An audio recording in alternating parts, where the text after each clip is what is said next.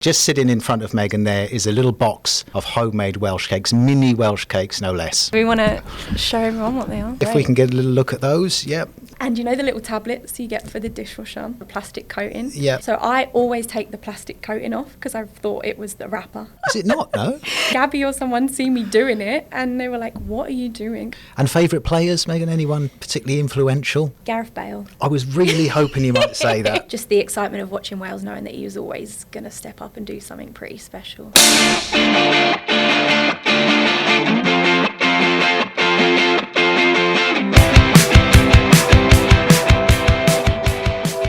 Hi guys, Gareth Morgan here, welcoming you to another episode of Glory Stories, the club's official podcast, brought to you in association with our proud club partners and great friends Drimtel and Perth Glory, a winning combination. Now, just a heads up that today's episode is likely to be the last in our first series, but don't despair, because much like my broadcasting mentor and style guru Alan Partridge, I am hoping to get a second series, and it does look as if we will get one of those, so look out for that towards the end of the year. We are going to bring the curtain down on Series 1 in style this afternoon. I'm a little bit overexcited. It's a massive moment in this particular podcast's short history. We've got our first ever Welsh guest. Yes, we are going to have 40 minutes of basically Welshness, unfiltered Welshness, because Wynne is here. Wynne is in the studio. Megan, lovely to see you. Thanks very much for coming in. Thank you. Pleasure to be here. Well, if I do say so myself, I've gone above and beyond with the cakes that we've gone for today. It's been a bit of a theme, as our regular listeners and viewers will know, that we've had quite a few supermarket bought biscuits and cakes that have come in, but I just thought getting you on with our shared cultural background, I really need to raise the bar. So myself and my daughter Grace on Sunday, we knocked up some homemade Welsh cakes. Now, I do appreciate that for those of you listening, this probably isn't the most fantastic or most engaging piece of content ever. But yeah, just sitting in front of Megan there is a little box of homemade Welsh cakes, mini Welsh cakes no less. Yeah. So I hope you enjoy those. Feel free to take them home. You don't have to eat them all during the show. No, they look great. Do we want to show everyone what they are? Yeah, you could do. I don't know if we can get a little look at those. Yeah. Obviously the box is a bit low budget. I could have made more effort with the presentation, but it's about the taste. Let's be honest. Of course. We'll leave them here. Yeah, we will indeed. And you've got your tea. You're settled in. Got my tea. You're nice got and comfortable. You're ready to go. You're ready to go. So by the time this podcast goes out, Megan, your first ALW season will be over. Yeah. How has it matched up in terms of your expectations, I guess, not only in terms of on the field, but also your sort of life experience of Perth as well? Yeah, I think I've said a few times that kind of coming towards the back end of last season, I was ready for something new, a new challenge, and kind of getting out of old habits and meeting new people and playing new teams and meeting people from all over the world was something that I wanted to do. So I kind of decided, spoke to my agent, and we looked at Australia, and Perth came in, and didn't have to think about it for too long because it fitted, ticked a lot of the boxes, and I found myself here. But it's been an up and down season for me. I think it was a tough pre-season. I obviously fractured my wrist in training. Bizarre. against the S&C coach, so that was fun. We'll go into that more maybe. And then had a bit of trouble with my knee, but coming towards the back end of the season, I've played a lot of minutes, I've met a lot of new friends, I've visited a lot of new places, so overall I'm happy, and I feel like it's been real competitive. I've been very impressed with sort of the standard of the league, and although we have such a young team, I've met great people and made new friends, and yeah, it's been a great experience for me. Have you found the pitches hard, Megan? Because I know when you get a lot of players that come over from the UK, that the first thing they say is, obviously, the heat is one thing, but if anything, they're more affected by the fact that the pitches are hard. Yeah, I remember in pre-season especially, it was very hard, and it took a little while to get used to. It was quite bobbly, and in training and stuff, it was getting used to all of that. But I think as the season's gone on, just like the weather, I've kind of got more used to it. Well, you've got the skin tone to cope with the weather. Let's and judging by some of the Instagram posts, you've spent a fair amount of time at the beach or on Rottnest, so it looks like you've adapted weather-wise. I think I love the weather, so I can't complain about that. Definitely beats the English and Welsh weather, that's for sure. Definitely. You mentioned the wrist injury, which was a bizarre one. Can you just talk us through what happened with that? You don't really expect a player to be, other than a goalkeeper perhaps, you don't generally expect an outfield player to be ruled out with a wrist injury. Yeah. So it was really strange. We were playing 11v11. It was in pre-season, and we were a bit scarce for numbers. So the S&C at the time joined in, and he was quick, to be fair. So we're coming together, and he's taken a touch around me, and I thought, nah, not getting around me. So I kind of used my body to block him off. But as he's got past me, I think it must have been his hip bone hit my wrist, and it bent back that way. And I didn't really think anything of it. I was like, I'll get up, sort of play on kind of thing. And then that morning I woke up and I really find a picture, but my hand had blown up and it was black and blue. So I thought I better let them know about this one. So when it got an X-ray that afternoon, and I'd fractured my scaphoid, which is not ideal because that's the one area in the body that has the least blood flow to it, so it doesn't heal by itself, which was very new to me. I had no idea. So it was either kind of play on with it but risk making it worse and having lots of damage for the future, then probably wouldn't, like arthritis, everything like that. So they actually just went in and put a screw in it.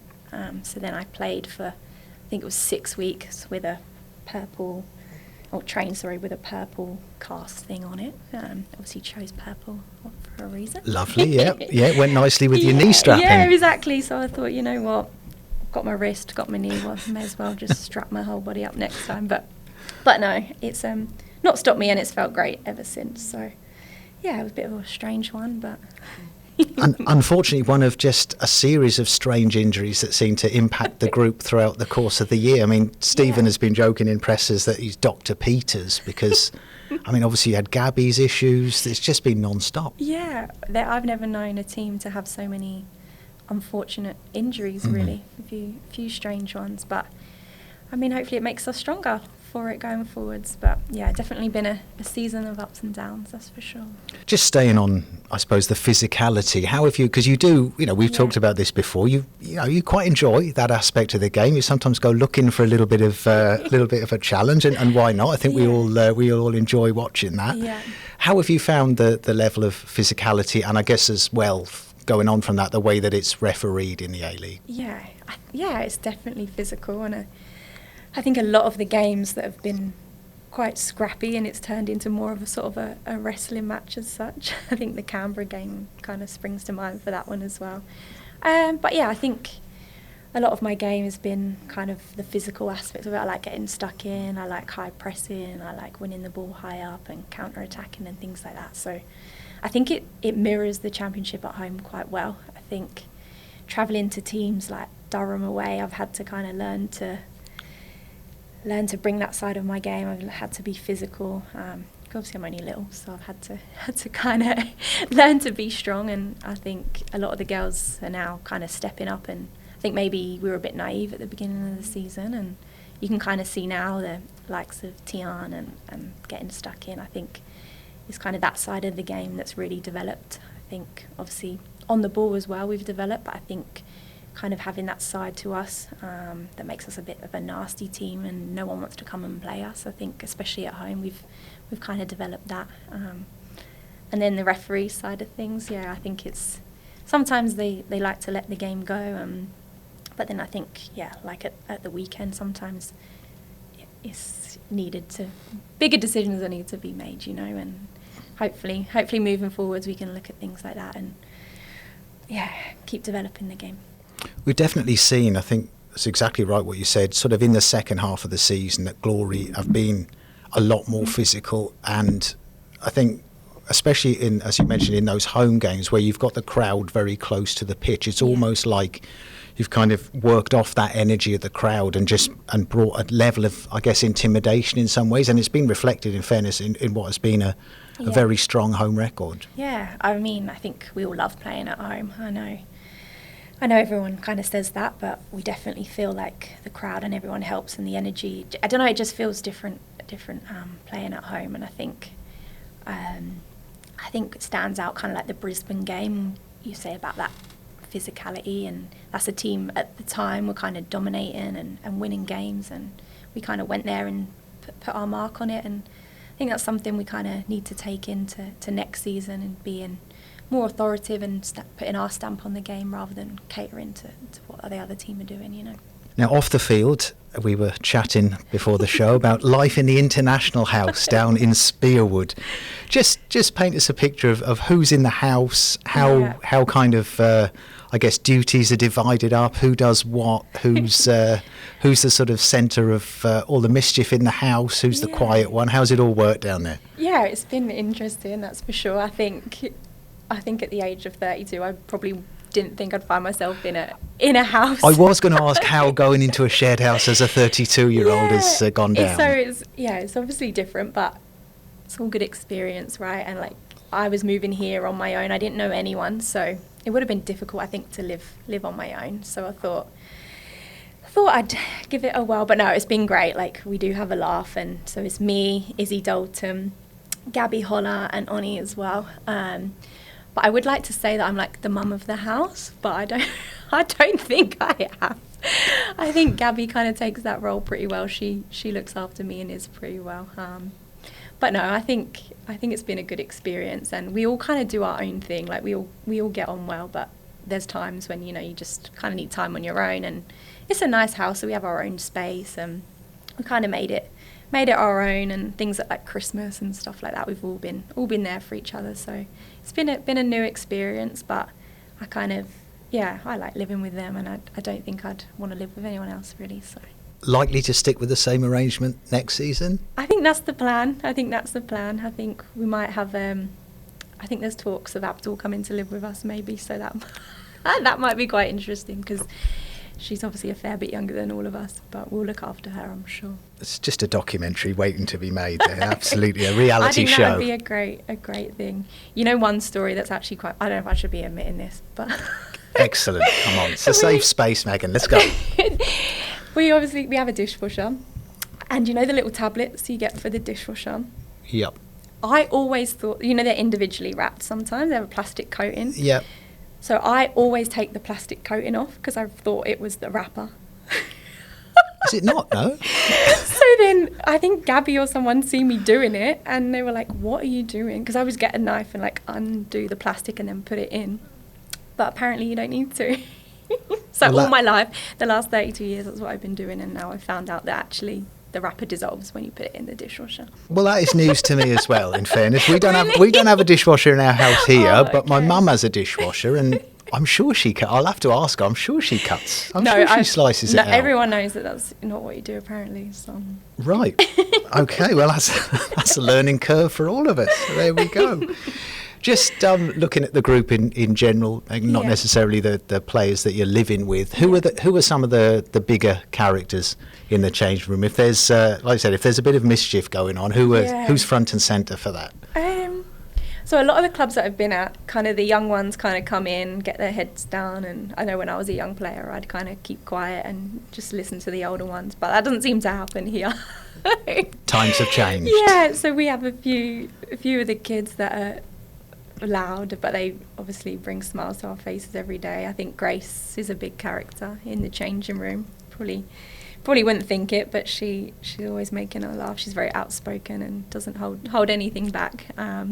So she's pretty funny. All of them. I think her and Gia are kind of a little duo. Obviously we've got Nat and Casey, that another duo. There always seems to be like little twosomes everywhere.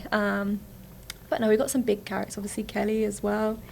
I'd just probably say I'm one of the quieter ones, so, to be honest with you. Maybe not on the pitch, but yeah, definitely off the pitch I kind of feel a bit old, you know.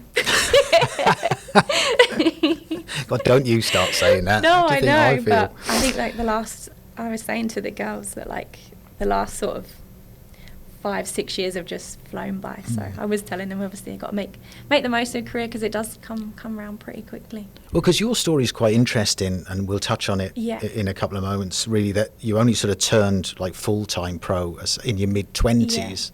Obviously now sort of 5-6 years on from that, whereas we've certainly had lots of players here where they've basically debuted for Glory at about 16, and by about 26 they're actually hanging the boots up because they've had a 10-year career and they want to go off and do other things. So there's definitely, yours is a sort of slightly unusual career path in that sense. Yeah, I mean, it's definitely been a long one as well. Like I was at Watford Centre of Excellence, we called it at the time, I guess it's like the academy, when I think I was 10.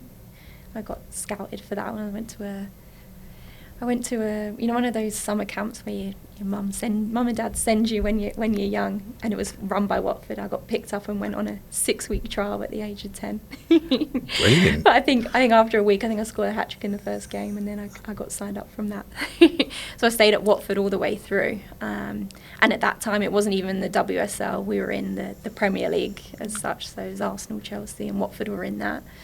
So I stayed at Watford until I was about 21, and then both the leagues were still kind of part-time, so it wasn't until I was at Spurs and we got promoted. We finished second. Man United came in straight in that league and won the league and then got promoted, but at that time it was 2 teams, so we got promoted, and it was then that I had to make a decision whether I give up my full-time job and go pro. So I made that decision and kind of haven't looked back since. But I was 26. Yeah, that's very, very interesting. And again, we'll go into a bit more depth on that. But you've mentioned Spurs. Now, if anyone wants to have a look on aleagues.com, Matt Comito, who's a great friend and fantastic journalist as well. He's a big Spurs fan, and he's done an interview with Megan on there, which he has shamelessly just made a tribute to Tottenham. Really, there's basically nothing else in it. But no, it's an excellent interview, well worth the read if you get the chance. But Spurs, as well as working there and then playing there as well, Spurs were a massive club in your house anyway, weren't they, to start with? Oh yeah, ever since I can remember, it's always been Spurs through my dad and my brothers and things like that. But it's obviously an interesting time being a Spurs fan, so we'll see how that pans out. But Spurs have been massive part of my life, both on and off the field. So and you actually weren't just watching on TV either. You were going to games home and away, weren't you? Yeah, I've been to White Hart Lane many times, and obviously the new stadium. But I went to a couple of away games with my dad as well. But definitely found it a different experience going to games here and compared to sort of the games back at home. No, definitely. And favourite players, Megan? Anyone particularly influential? Gareth Bale. I was really hoping you might say that, so that we can just have a 10-minute discussion about what a guy. How amazing he is. He's definitely been my favourite player throughout my career, obviously with the Spurs connection and obviously with Wales. I think just the excitement of watching Wales, knowing that he was always going to step up and do something pretty special. Kind of lots of memories of him doing special things in games. Have you met him? I have met him. I've got a picture. I'll find it for you at some point if you want. It was at a Wales Awards night, and there was a queue of people waiting, but I made sure I got a picture with him. You didn't have any qualms about getting a picture? You just straight in, I'm getting one? Got a picture. Like they say, there's no ego about him at all. Like, he's very quiet, almost shy, I found him. But just an amazing player. So you've ended up getting a job at Spurs before you've actually ended up sort of playing full time for the club. How did that transpire? What were you doing before that, work-wise? So I went to university and studied business and HR. I don't really know why I did that at the time. It was just I didn't really know what I wanted to do. Obviously I wanted to play football, but there wasn't really, I didn't think it was ever going to be full time. So I went to university whilst I was playing and studying.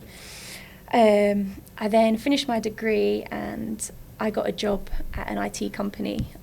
I was just kind of doing the onboarding process. So I was like writing contracts and doing inductions, nothing particularly exciting because it was just something that fitted in with football at the time. And I was at Spurs and I was training 3-4 times a week, so it was pretty intense. And then a role came up. I don't know where I've seen it, but a role came up doing the exact same thing, but in the HR department at Tottenham Hotspur.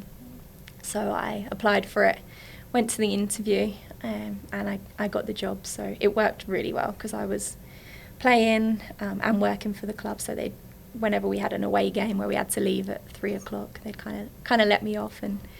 But yeah, I think I spoke about it in the interview before. It was the women's team weren't even ever spoke about. Like, it was like one club, but it was just the men's team, and no one really knew that we existed. So when I went in there in the office at Lily White House, we called it was like had a pathway into the main stadium.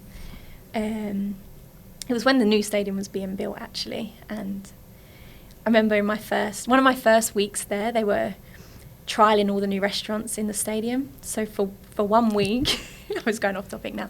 For 1 week, I was eating in the Michelin star restaurants at the Tottenham Hotspur Stadium on my lunch break to test out the new menu. It's a tough gig. So yeah, I thought, this is pretty cool. So yeah, no, I kind of made sure that the women's team started to get spoke about when I went into the office and little things like that. So slowly but surely, it was kind of everyone was asking me about it, and we kind of built up a good reputation, and we were winning games. And then obviously we got promoted, and the men's club then had to kind of take the women's team on, because at the time they didn't actually own the women's team as such. We just kind of wore the shirts, and that was it. So that was a big moment for the club. And if you look at it now with the likes of the players that are there and who's kind of played there the last few seasons, is turned into something completely different that I never thought it would be at the time. That promotion season, one of your best memories? Because you played virtually every game, I think, didn't you? I played virtually every single game that season, yeah. As a fullback, actually. Oh, yeah. Very Gareth Bale-esque yeah. in that regard. As a fullback, and I spoke about it before, but Lucia Leon, that's at Adelaide now, is having a great season. She was actually the other fullback. So we had a really competitive squad, and she became one of my best mates at the team, even though we were playing the same position. But it was at that point we just pushed each other in training, and it was a great season. I think that season, and then my season at Millwall, where we went on a run of 21 games unbeaten. Those two are my two favourite seasons in football so far, I think. Right, well, let's get back to all things Wales, because it's been long enough. Yeah, it's been long enough. We've indulged everyone in some other bits and pieces. So, I mean, you're from like Hertfordshire, basically. Yeah. That's your kind of your home base. So, Yeah. but from a Welsh family, of course. So, how did you contact the FAW? Did they contact you? How did it come to pass? Yeah, so my dad. And he would always support Wales in everything, so I never even had a chance to think about England, to be honest with you. There was always, that kind of rivalry that Wales over England for everything, whether it be the rugby, the football, or whatever. So it was always going to be Wales. I supported them throughout, and then I think it was when I was at Watford, and I was playing in the reserve team. What was it? Yeah, reserve team. I think I was 15 at the time. We had a very young team at the reserve team, and there was one of the coaches called Sian. She played for Arsenal and she played for Wales, and she obviously saw my name. It was quite a Welsh name, and she asked me if I wanted to go along to a Welsh camp. I think it was the under-17s. So I went along to a training camp, and then got picked up, and then made my debut for the under-17s at 15 years of age, and then ever since then went from the 17s to the 19s to the senior team. So I never kind of contacted them. It kind of just came about pretty naturally, but it just seemed the perfect fit. So In terms of playing for the senior side, 24 caps altogether. Now, women's football stats kind of pre-2020, very hit and miss, right? When you're trying to do research, it's a little bit better now, but it's still quite tricky because according to my research, so you debut at the Algarve Cup. Mm-hmm. Okay, good. Right, we've got that. So that's in 2013 against Portugal, I believe, I think. In Portugal, obviously, Algarve Cup.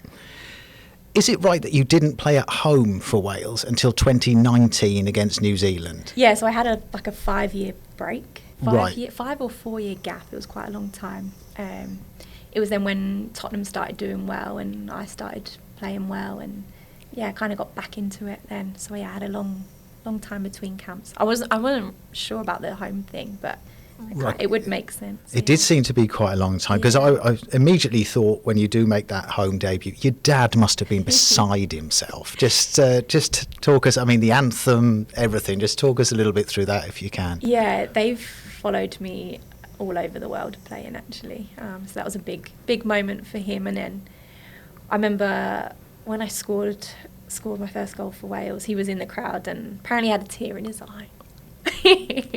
So that was, that's pretty special. But I have so many great memories playing for Wales. And of course they've got qualified for the European Championship for the first time coming up in July in Switzerland. A tough looking group. I think it's England, Holland and France, I think is the group.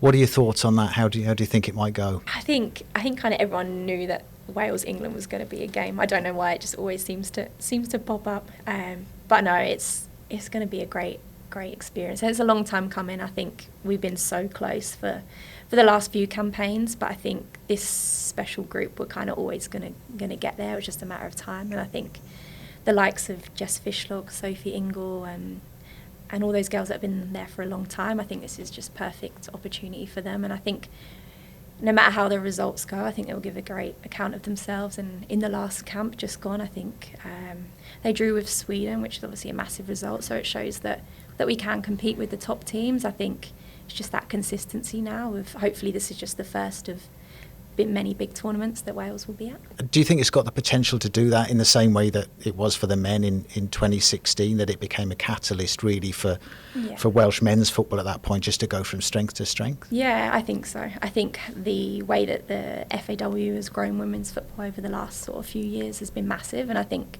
the only way is forward now. I don't think it will go backwards. I think this will be the moment that kind of puts Wales on the map, and it's well deserved for all those girls that have been there for a very long time.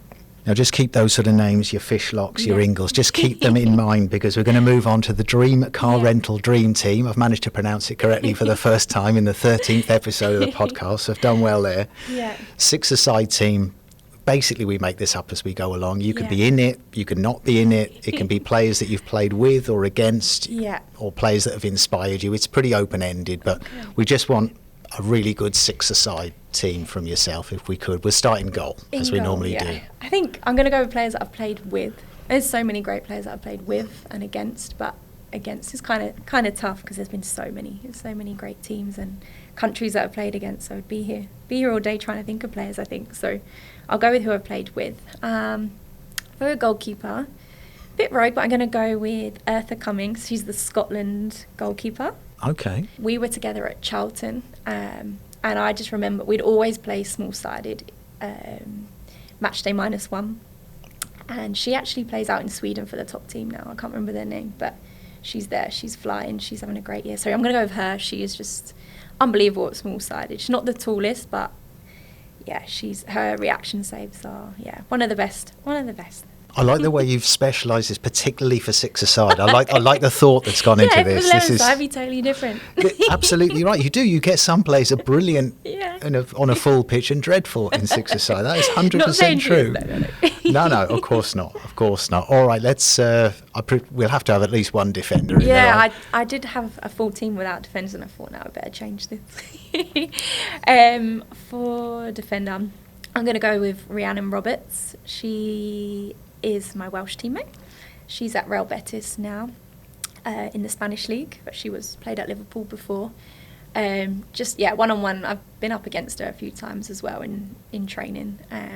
She's difficult to get past. She's good in the air, she's strong, physical, and she's a great laugh as well, so we'll have her in there. That's a key factor as well. You've got to have good vibes in the team. You definitely do. There's got to be a laugh as well, Did Shalina Zadorsky come close? Did you play with her at Spurs, or was she? I never played with her. No, okay. She came in the year after I left, I think. But yeah, she'd probably be similar age to me, maybe. I'd say so, yeah. Yeah, but I didn't play with her, but I heard she's a great player as well. Yeah, had a season with Glory. 2014, and then popped up playing for Canada at the World Cup literally like a decade later. It was at West Ham, right? I think captain at West Ham. It was a bizarre one. Right, so we're 2 players in. We've got another 4 picks to go. 4 picks. I think we have to go with Sophie Ingle. Fair enough. She's obviously at Chelsea. Been in the Wales team, key member of that team, and probably technically one of the best players in the WSL.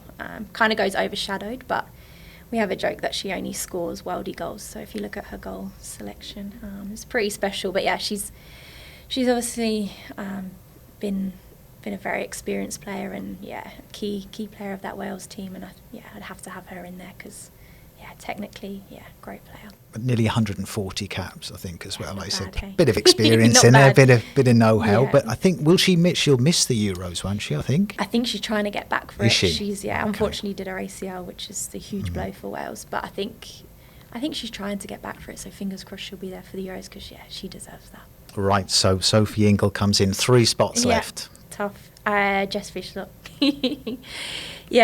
Wales all-time record goal scorer and caps as well. So, pretty special. Unbelievable talent. I think she's creative. She breaks up play. She scores goals. She gets assists. Just all round. You have to have her in your team, I think. Yeah, well known in the A-League Yeah. Women's, of course, played for Victory and City. I've got a nasty feeling she scored against Glory in the grand final, but I'm hoping that people will forgive you for the selection. Wouldn't surprise me. Yeah, she's played all over the world, so she's probably one of the most experienced players across the world. And in terms of sort of in the dressing room, a player like that, how much of an influence would she be, especially for someone like yourself, I guess, going in there as a younger player? Yeah, she's a huge influence in the dressing room. I remember maybe my first few caps, I was probably a bit intimidated by her because she's a huge presence. She's very strong-minded, but she is a hell of a player. And then as I've got older and we've been in lots of camps together, she's probably one of the people that I'd go and speak to as well and get advice from. And she's just kind of been there throughout the journey. So she's someone who is a great person and has a lot of impact off the pitch as well as on the pitch. And she comes across as scary, but deep down she's big softie. She's nice. And obviously looks after herself, still going strong at 38. Yeah, unbelievable. I don't know how she's done it. I think she's rarely had an off season either because she's travelled around and played for so many teams. So I look at her and think, I could probably play for another 6 years. Like we said, all the more remarkable when you bear in mind how young most of these women are when they make their debuts. You're looking at like a sort of at least 20 years. Yeah, crazy. She's an unbelievable career. Yeah. 2 spots left. Well, 1 if you're including yourself. We haven't sorted that out yet. So. Yeah, I don't know if I'll put myself in there. Should probably back myself, but there's so many great players I can think of right now. So I'm going to go alongside Jess Fishlock, Hayley Ladd. So we have at Wales Camp we'd always be on the same tables. So our table was called Table 7. just legendary. Right. Table 7 really. I don't know why we were always Table 7. I think it was COVID times where we had to stick with the same group. Fair enough. Yeah. And our table just became sort of famous as Table 7. So it was me, Josie Green, Hayley Ladd, Kerry Holland and Helen Ward. Great table. So if I could pick all of them, I probably would have. Well, I thought Helen Ward might get in. She will. She'll be my striker. So I'm not going to be in it. She'll be my striker for sure. Because again, similar to you in some ways, Helen, in the fact that she's from that sort of north or just outside. I think she's actually from North London, isn't she, rather than just outside. But I suppose interesting similarities with yourself in terms of getting capped for Wales. Then. Yeah, she's another one that's been there kind of throughout my career, and we were at Watford together as well. So she kind of took me under her wing. But she is just a prolific out-and-out goal scorer, number 9. So I'd have her in there. And then, Hayley Ladd as well. Just, again, technically one of the best players in that Welsh team. And she's had a career at Man United and has now just joined Everton. But she actually played, funny fact, she played with me at under-10s at St Albans City. Goodness. Wow. So we've been through it a long time together. And, again, a leader kind of on and off the pitch. Fantastic. Well, it's some team, and I think you could just probably name yourself on the bench, and then I'll just be on the bench. If they need someone to come on and cause a bit of havoc, maybe I'll stay. Or just come on when you're 4-0 up with about 5 minutes to go, and just kind of cruise about and showboat a little bit. Be fantastic. Just getting back to your own personal career, Megan. What's the sort of next 4 or 5 years look like for yourself? I know it's always hard to make these kind of predictions, but sort of thing they ask you in a job interview. But where do you see yourself sort of ending up when it is time to hang the boots up, whenever that may be? And if we're taking our inspiration from Fishlock, you could be in your mid-40s by then. Yeah, exactly. Never say never. I think it's difficult to kind of predict what the future holds. Obviously, probably if you asked me 2-3 years ago, I didn't think I'd be in Australia. So. It's difficult. I think I've obviously got another year here. I'll probably reassess at the end of next season, see how I feel. But I feel pretty good. I feel fit. I'm just looking forward to kind of making the most of next season and see where I'm at after that. I think you can get carried away. I think as I've got older, you kind of keep thinking, what if? So I'm trying to be present in the moment and enjoy my career, because obviously as a women footballer, it's never going to last forever, especially if you want to settle down, have children. I've got things like that to think about as well, because my partner's at home, so that's another big thing. So yeah, it's a difficult one, but I think I just want to play for as long as I can, as long as I'm feeling good. I don't ever want to get to a point where it feels tough to kind of come in and train every day. Like, I still feel good right now, so I'm making the most of it, and yeah, just enjoying kind of being present and enjoying football rather than thinking what's to come. So that's where I'm at with everything at the moment, and I'm proud of the career I've had so far, so hopefully next year can make even more memories, because me and Daltz were talking the other day, and it'll be hard to ever replicate that feeling of kind of playing a game and celebrating a last winning goal. So I kind of want to embrace that for as long as I can. It's a unique industry, I think for good and for bad, because I think we've touched on some of the negatives, but then equally there are those highs that I don't think, I mean, even for people that have only played like myself at Sunday League level, like there's nothing, scoring a goal, there's just nothing like it, even when there's like two men and a dog watching, let alone, a few thousand people in a stadium. But it's interesting you mentioned the sort of psychological aspect of things. Do you find sometimes as a footballer that you potentially have too much thinking time? Yeah, I think there's a lot of downtime, obviously, here especially, because back at home we wouldn't train.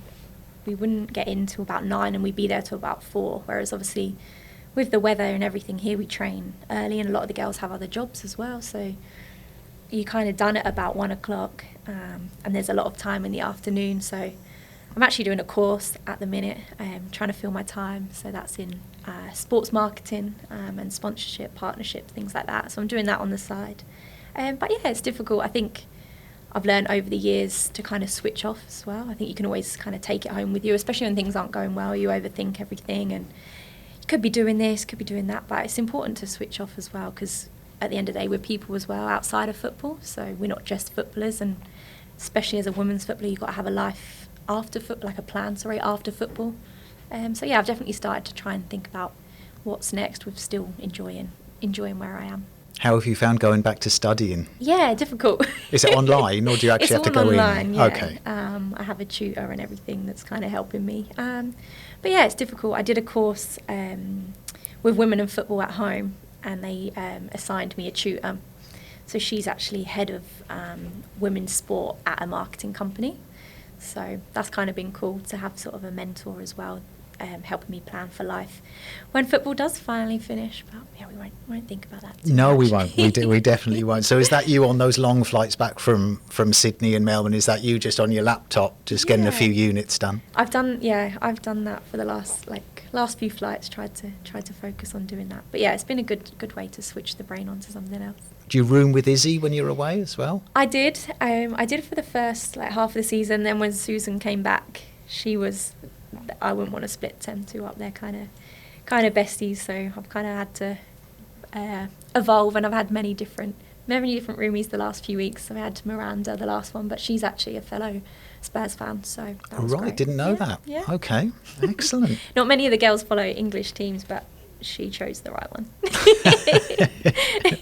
Well, Matt Comito from A-Leagues will be thrilled as well. He'll probably be asking to do an interview with Miranda next week. Now we've mentioned that, but Megan, it's been fantastic chatting to you, as it always is. Thank you very much indeed for coming in. I hope you enjoy the Welsh cakes. Please do take them back to the International House. I'll let you know how I get on. I don't know if they'll be wanting to try one, but I will definitely recommend them. Very simple but very tasty. I would recommend a little bit of jam on the top. That's what I would say. I think my nan would be proud. My dad doesn't eat the currants in them, so my nan used to make him plain ones. You've got to have currants in them. I mean, they're plain enough as it is. Yeah. No, he's a very fussy man. So. Yeah, once you take them out, I mean, it's... Basically not Welsh anymore, it's just a cake. That's right. It's just a dry bit of dough, really, let's be honest. But yeah, you'll be helping me out because, as we mentioned, there were 24 of them at one time, and now there's only those left. And for a man of my advancing years, I don't need to be eating 12 Welsh cakes. No, so. that's great. I appreciate that. No worries at all. Right, well, thank you very much indeed to everyone who has been tuning in on YouTube and also downloading the pod. Also to Drimtel, our fantastic podcast sponsors, and your connection to possibilities. As I mentioned at the top of the show, we will probably wrap it up for this season today, but we'll look to get back, I'd say probably a month or so before the new campaign gets underway. Thanks very much as well to Jack and Jeff for all their technical help with the podcast. And in the meantime, go well and go good.